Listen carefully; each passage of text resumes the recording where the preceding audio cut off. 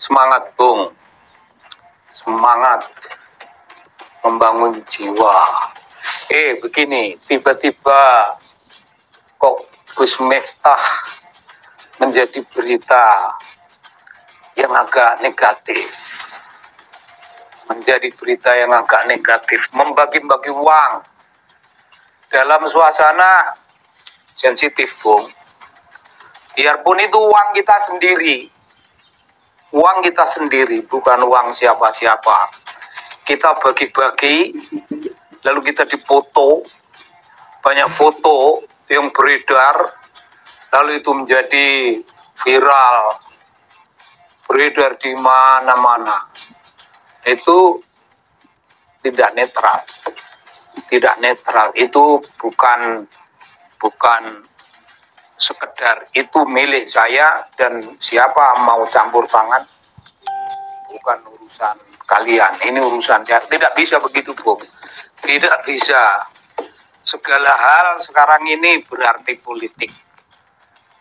Apakah kita mau mengakui atau tidak, itu soal kejujuran kita sendiri.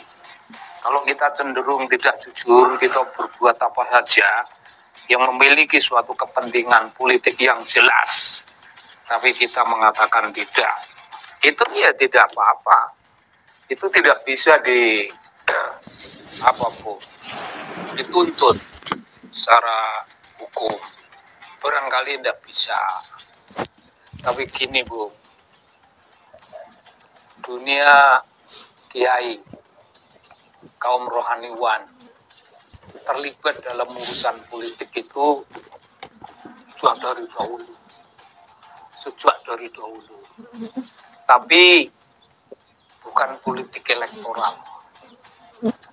Dunia kiai bermain politik itu kira-kira namanya politik adiluhung. Politik adiluhung. Politik memenangkan moralitas. Politik memenangkan moralitas. Mencari kawan. Zaman dahulu belum ada moral bangsa. Kita membangun moral umat. Moralitas yang jujur. Moralitas yang belak-belakan. Kebenaran. Apalagi kalau kita bicara kebenaran mutlak. Dalam dunia kaum rohani, kebenaran mutlak itu sering. Itu maksudnya bicara tentang Tuhan. Tuhan adalah kebenaran mutlak. Tuhan adalah the ultimate truth. Perjuangan di bidang rohani itu politik. Perjuangan rohani itu politik. Bahkan pengajian bersama-sama itu politik juga, dalam arti tertentu.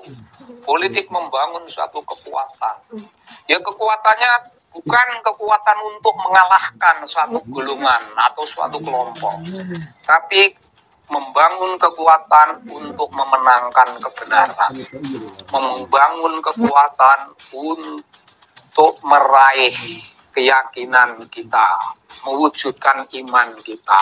Iman diwujudkan dalam tatanan kehidupan macam itu. Perlahan-lahan mencari kawan, perlahan-lahan. Ini politik adiluhung, politik moralitas. Tapi kalau dunia kiai terlibat urusan politik elektoral, itu namanya politik praktis. Ini lambang apa ini? Nyebar-nyebar duit ini. Ini lambang apa? Mencari pengaruh untuk memenangkan suatu golongan. Tapi ini jelas tidak ada hubungan suatu usaha untuk memenangkan pengaruh keluhuran budi pekerti. Tidak ada hubungannya, Bung. Gus Miftah kan kita tahu, Bung. Seperti itu dan pandai mengatakan tidak. Ya, tidaknya memang bukan TKN, bukan anggota partai politik, bukan. Ya bukan, Bung. bukan orang TKN, bukan anggota politik, tapi kalau orang diam-diam bisa melakukan suatu tindakan yang menguntungkan. Yang menguntungkan ya sana yang untung, dan sini merasa digerogoti, hak-hak kita diambil, hak-hak kita dikurangi. Ya kita cuma bisa menyampaikan. Akhirnya terjadilah sesuatu. Kita berdakwah tentang kebenaran. Gus Miftah itu kalau Anda perhatikan ya, tampil tuh ingin kelihatan seperti Kanjeng Sunan Kalijaga. Barangkali sandangannya serba kayak gitu. Ireng. Ireng itu wulung. Bahasa Jawa. Wulung. Kanjeng Sunan Kalijaga pakaiannya serba wulung seperti itu. Tapi Kanjeng Sunan Kalijaga tidak memihak suatu partai politik. Kanjeng Sunan Kalijaga bukan bagian dari suatu kelompok. Proyek Kanjeng Sunan Kalijaga itu setiap hari membangun proyek setiap hari, dan itu tidak ada batas waktu untuk program berapa tahunan. Program sampai dakwahnya dimengerti, sampai manusia berubah menjadi hamba Allah. Tidak pakai simbol-simbolan ini dan itu. Dan di sana tidak ada lah sesuatu yang namanya kebohongan. Di dalam kelompoknya Prabowo ya begitu, serang menyerang kesana kemari. Pendukung Ganjar di Boyolali digasak oleh tentara, oleh TNI. Itu kalau ditelusur ya sudah ngomong itu Dandim atau apa itu, pejabat setempat mengatakan itu salah paham secara sepihak. Salah paham antara kedua belah pihak, bukan sepihak. Kedua belah pihak salah paham, tapi keterangan yang lebih berdasarkan pada semangat kejujuran mengatakan tidak. Kesalahan itu satu pihak, kesalahan pada TNI. Orang itu hanya lewat, tidak melakukan provokasi ini dan itu, hanya lewat, tapi karena ketahuan dia pendukung Ganjar, ya dia dihajar begitu. Dihajar kalau orang sipil, apalagi orangnya kurus, dihajar oleh satu anggota TNI, itu aja udah buah-buahnya, apalagi dihajar oleh 15 orang. 15 apa 13 gitu ya, pokoknya 11. Itu tanda bahwa pelanggaran sudah terjadi. TNI kan tidak boleh memihak. Itu TNI memihak. Memihak apa? Memihak karena dengki pada ini pendukung Ganjar. Nah, memihak siapapun silahkan. Jadi itu harus dituntut, harus diperjelas. Dibikin menjadi jelas supaya jangan dibiarkan semuanya hilang dalam diskursus politik yang cenderung kotor. Kalau ada tindakan kita meminta sesuatu ditegakkan, aturan tidak boleh dilanggar, kelompok Prabowo malah mengatakan ingin geti melaporkan.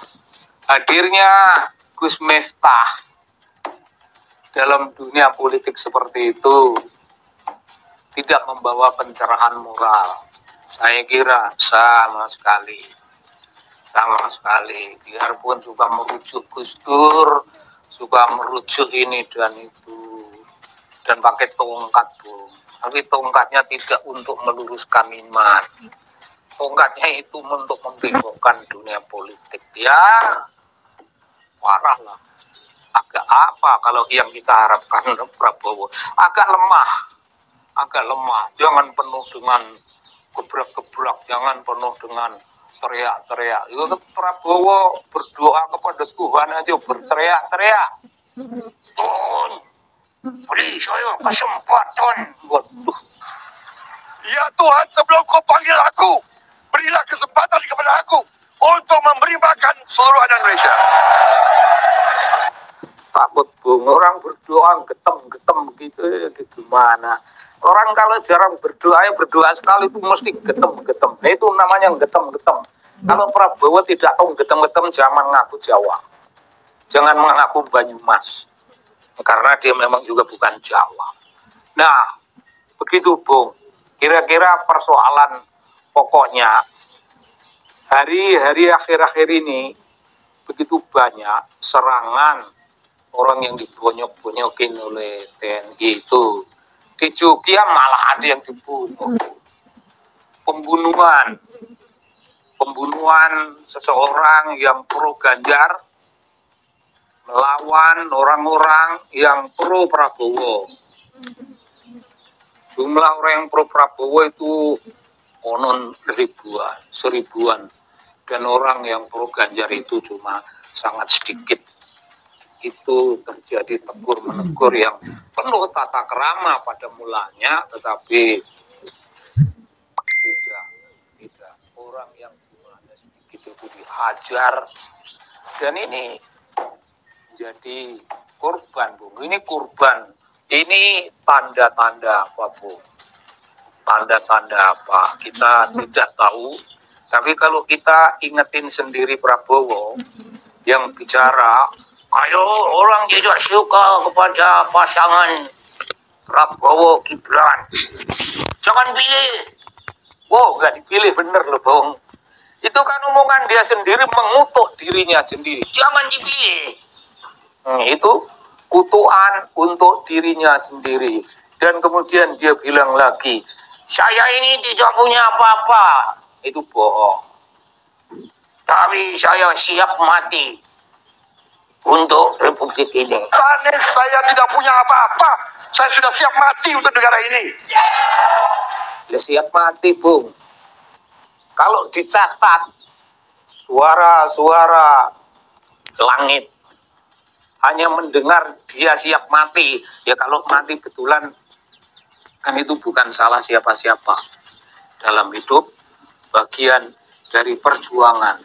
Perjuangan sejati, Bu. Melawan kedoliman itu perjuangan. Itu yang namanya jihad. Jihad fi sabilillah. Melawan. Kalah itu ya jihad. Kalah juga jihad. Menang juga jihad. Karena kita tidak sedang bertindak durjana, kita melawan.